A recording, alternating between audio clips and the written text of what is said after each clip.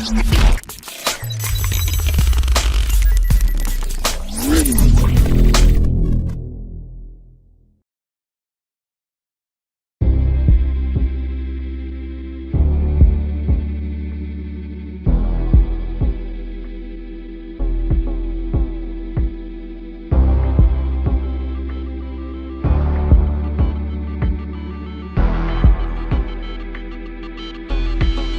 of all, thank you so very much. The media support has been great. We've been on this journey for the whole year, and today it has happened, and it is happening.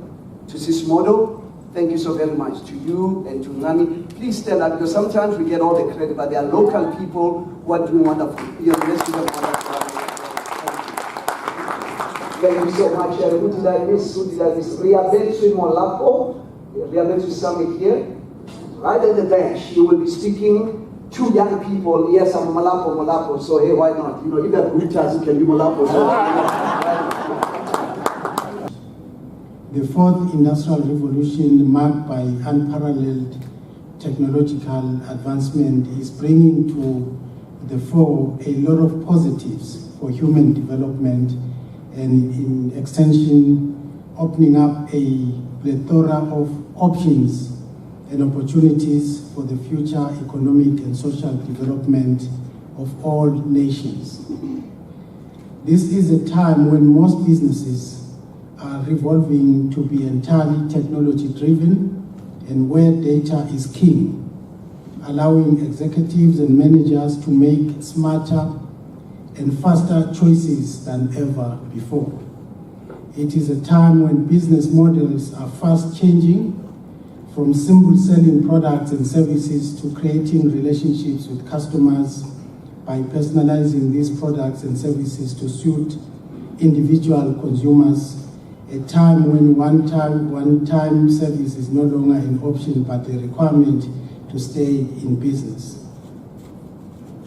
There is a very good story that Minister for Commerce shared with me. As we all know, he was working for Coke, and before his appointment, he was working in Ireland as an executive in Coke there. And he was sharing to me a very good story about a local company called Ngwenya Glass. He says when you are in Europe, or let's say in the UK, in his case he was in Ireland, you go online, you place an order of Ngwenya Glass products, and within 2 days you get it delivered in Ireland.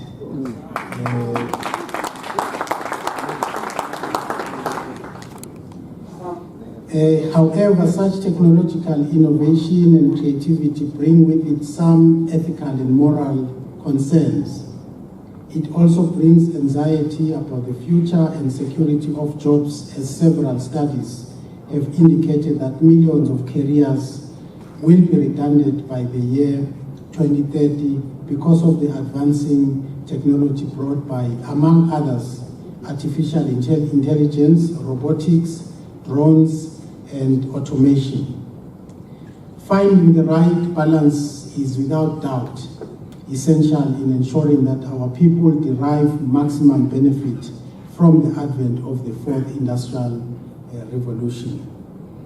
The role of transformational leadership, therefore, cannot be overemphasized as we negate the wave of technological evolution in the midst of a generation of tech-savvy individuals.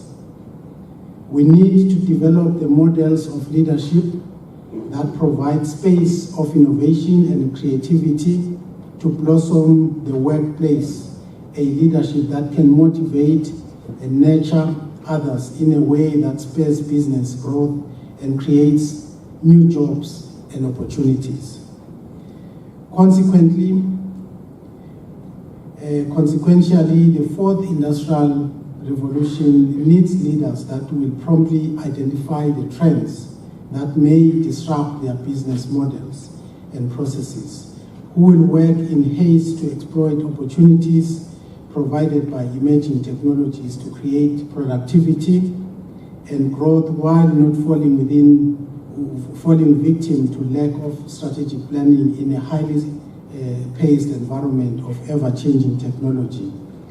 In the industry that I was in recently, technology or ICT, there's a very interesting story that you all might know, and that of Nokia. The CEO of Nokia was public. In fact, he was crying when he was being asked a simple question, I think this is a couple of years back, as to what had happened, because we all know Nokia used to be the Apple of today, the Samsung of today. He was asked the question, what happened? And he was crying and saying, actually, we didn't do anything wrong. And the question is, why was Nokia struggling? Why was the organization not performing to the required standard and losing market share? And simply, they missed an opportunity. And I think the fourth industrial revolution presents that to private sector and also to the public sector in this country and many other countries. You don't want to miss the opportunity, because this CEO was saying there's nothing that we did wrong. They just missed a wave of technology, and before they knew it, they were history and they were struggling, losing market share and going out of business very quickly. So this applies not only to business leaders but to government as well.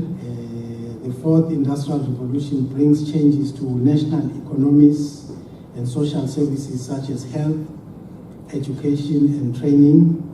Governments, in collaboration with businesses, have to be at the forefront of determining the new set of job skills needed in the current environment to avoid unnecessary job losses.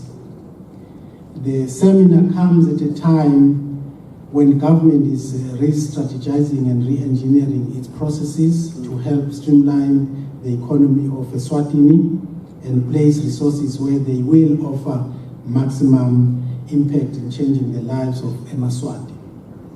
We will soon launch a new strategic roadmap that provides the necessary guidelines to achieve higher economic growth and stability, and this will be socialized with all key stakeholders in the country to make sure that we achieve and attain maximum benefit from what has been put together.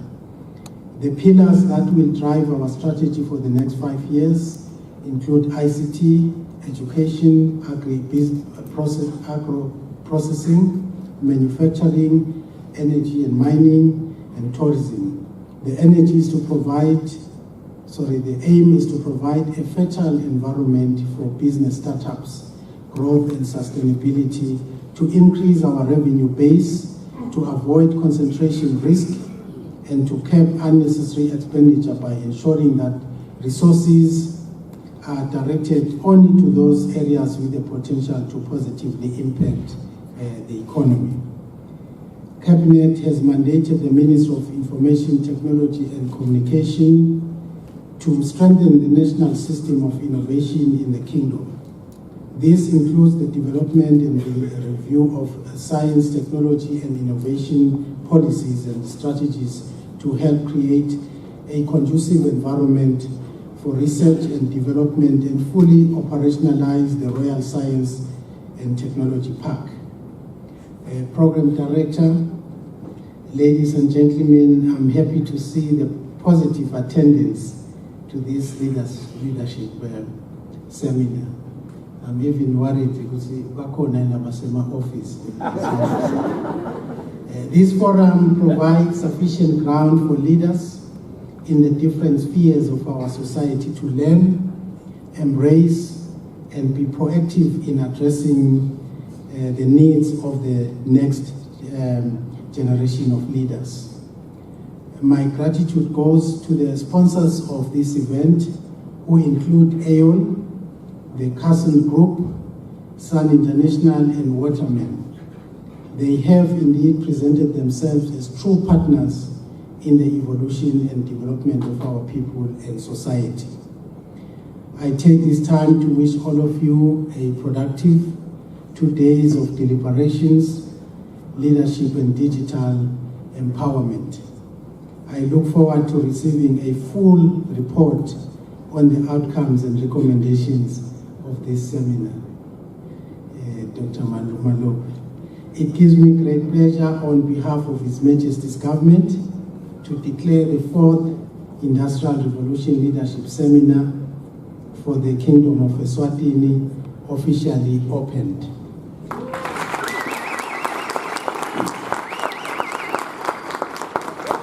Thank you and may God bless you.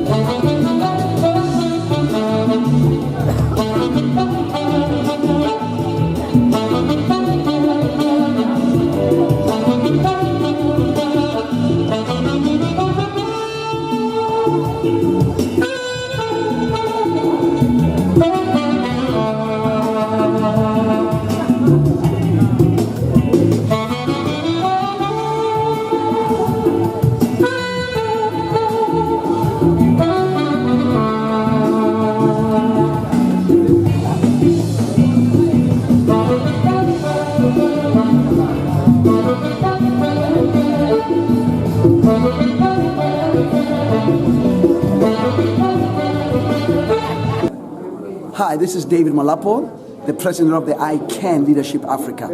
We are so honored today to have His Excellency the Prime Minister, who just blessed us and gave us the go-ahead to partner with this wonderful kingdom Eswatini, Namaswati Lamahle. The attendance has been fantastic, and we are looking forward now to roll down now to the next steps. 1, what is the 4th Industrial Revolution? 2, how do you embrace it? 3, how do you prepare for it? So we'll be working with the public and the private sector and spending more time with the next generation of leaders, our young people. So we are looking forward to seeing how leadership and the 4th Industrial Revolution can work together so that we give hope to the next generation of leaders. Remember, leadership is the ability to identify tomorrow's problems and solving them today. I can, you can. Together we can. God bless. Behind the scenes and catapult us center stage.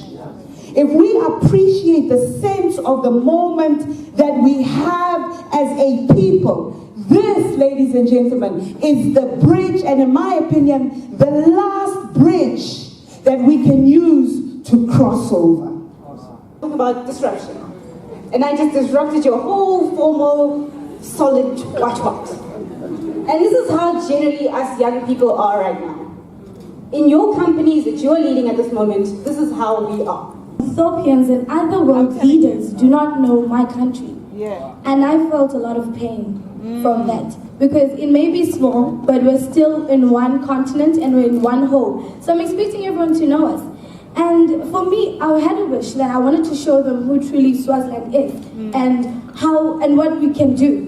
So then we were given a short challenge. It was a logo challenge, whereby we had to design a logo using different elements in coding. We talk of Canva, we talk of audio Photoshop, and all these other elements.